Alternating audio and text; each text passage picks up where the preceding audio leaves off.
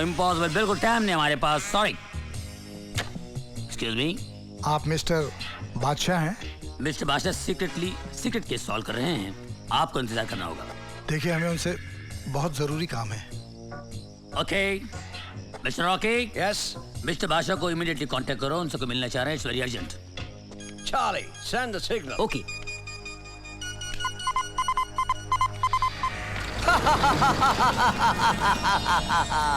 Ambu Dhiru भाई चिंता नहीं करता। आपका जो जहाज समुद्र से चोरी हो गया था ना, उसे हमने ढूंढ निकाला है। हाँ, अरे हमारे गोदाम में पड़ा हुआ है। आप बस पेमेंट भिजवा कर उसे मंगवा लीजिएगा।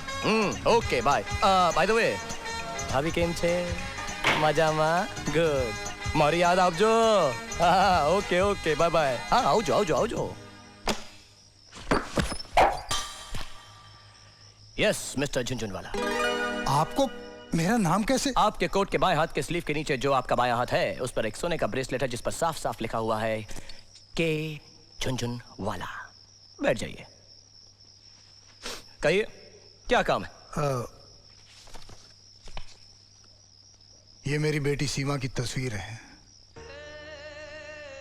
मुझे इसकी शादी करनी है।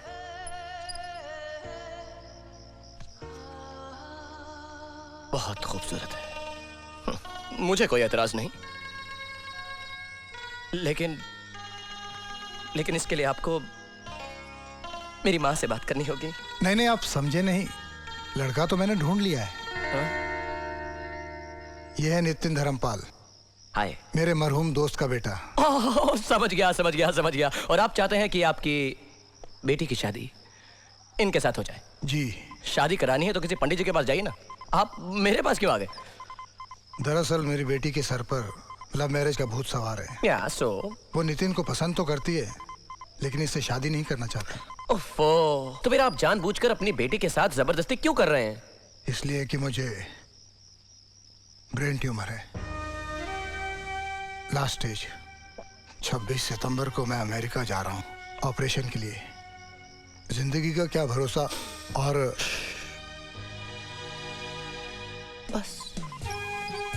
बस मैं समझ गया झुनझुनवाला सर। अब आपकी आखिरी इच्छा यही होगी ना कि मैं आपकी बेटी के दिमाग से लव मैरिज का भूत उतार दूं? जी। और 26 तारीख से पहले आपकी बेटी और नितिन साहब की शादी करवा दूं? जी बिल्कुल। मैं आपका ये एहसान जिंदगी भर नहीं भूल सकता। आपकी जो भी फीस है मैं देने के लिए तैयार हूँ। अगर कुछ एडवांस कहें तो। नहीं झुनझुनवाला साहब, कैसी बातें कर रहे हैं आप? ले। यहाँ पे एरिया में सैटेलाइट का प्रॉब्लम है, आप फिक्र मत कीजिए। आपकी फीस कितनी है? झुनझुनवाला साहब, अब आपका कैसी कुछ ऐसा है कि मैं अब क्या बोलूं, लेकिन फिर भी आप खुशी से देना चाहते हैं तो बढ़ा ले। 10,000 रुपए एडवांस में दे दीजिएगा और 40,000 रुपए काम होने के बाद। जी बहुत अच्छा।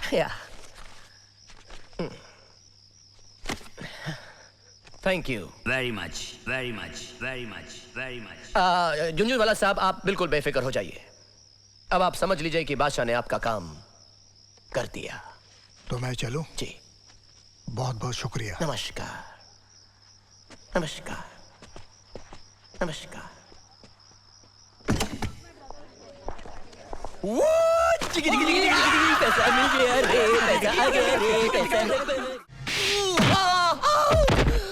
बदतमीज। क्या हुआ मैडम? ये लफंगा गाना गाने के बहाने मेरी तरफ देख कर इशारे कर रहा था, मुझे घूर कर देख रहा था। ये तो हो ही नहीं सकता, क्योंकि ये बेचारा तो अंधा है। मेरा चश्मा। क्या बात कर रहे हैं आप? अगर ये अंधा है तो कैसे नाच रहा था, कूद रहा था? बिना देखे ये सारी जगह कैसे घूम सकता है?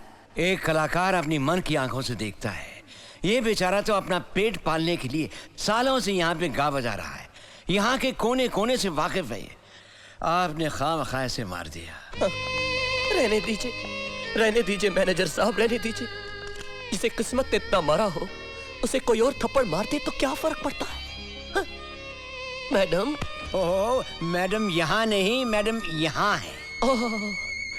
मैडम ने पैंटे पहनी है। हाँ। मैडम आपने जो किया बिल्कुल ठीक किया। वो क्या है ना कि इस दुनिया ने मुझे इतनी मोहब्बत और इतनी हमदर्दी दी कि मैं भूल ही गया कि मैं अंधा हूं। लेकिन आज आपने मुझे थप्पड़ मारकर मेरी आंखें खोल दी, एहसास दिलाया है कि अंधा आखिर अंधा ही होता है। आपका बहुत बहुत शुक्रिया मैडम। भाई साहब, भाई साहब, आपका कोट। अच्छा भाई, ले आओ। शुक्रिया। हमारी छड़ी। ये लीजिए। अच्छा, चलता हूँ। अरे अरे भाई, भाई कोई है जो हमें हमारे बस स्टॉप तक छोड़ देगा? अरे भाई, हमारी बस का वक्त हो गया है। चलिए, मैं आपको छोड़ देता हूँ। चलिए। आप चलेंगे? हाँ। अच्छा, आइए।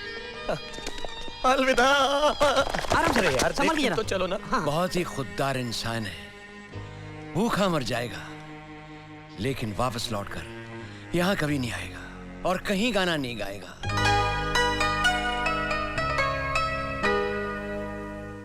अरे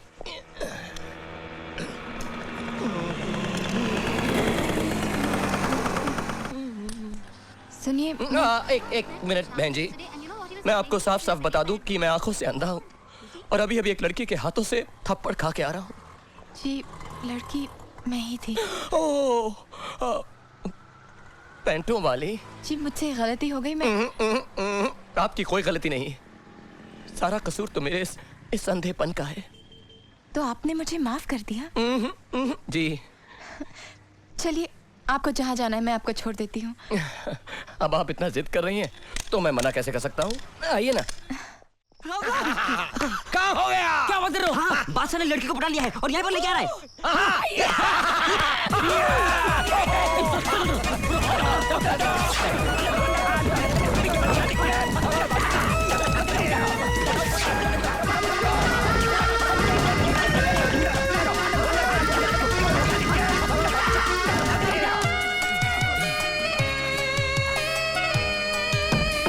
बस मेरा घर आ गया। लेकिन आपको कैसे पता चला कि आपका घर आ गया?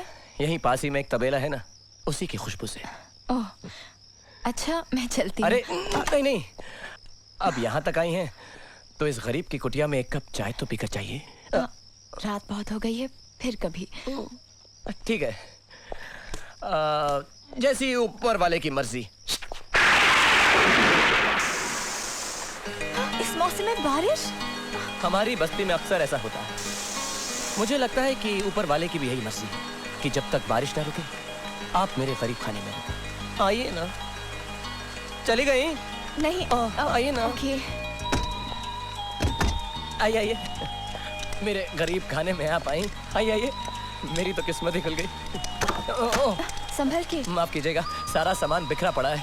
मैं ये कपड़े उठा के जरा इधर ट्रंक में डाल देता हूँ। मेरी किताबें भी ऐसी पड़ी हैं। यहाँ कोई पढ़ा लिखा नहीं है ना, विद्या की कदर ही नहीं है किसी को। और देखिए, बारिश बाहर हो रही है, छतरी यहाँ पर पड़ी है। मैं इसे यहाँ घड़ियाल पे टांग देता हूँ। अब आइए। कमाल है, आप बिना देखे हर चीज सही जगह पर रखते हैं। कमाल कुछ भी नहीं, एक्चुअली सब कुछ गिना हुआ है। देखिए, मैं आपको दिखाता हूँ। ये 3 कदम पर टीवी, ये 3 उल्टे कदम पर आप, ये 5 कदम पर फ्रिज, ये उल्टे 5 कदम पर आप। पाओ, भूख लगी है आपको? नहीं। कोई बात नहीं, खाइए। अरे वाह, शीशा नहीं टूटा और अखरोट टूट गया। ये कमाल है, लेकिन ये कमाल आप भी कर सकती हैं। अपना दाहिना हाथ दीजिए। हाँ। अब इस अखरोट को अपने दाहिने हाथ की 2 उंगलियों और 1 अंगूठे के अंदर दबाइए। दबाइए। अब इन दोनों को 45 डिग्री राइट में घुमाइए और हाथ के जोर से नहीं, शोल्डर के जोर से फेंकिए। हुआ? It's amazing. अच्छा। कोई बात नहीं। Sorry. मुझे लगता है आपको सर्दी से जुकाम हो गया है। 1 मिनट।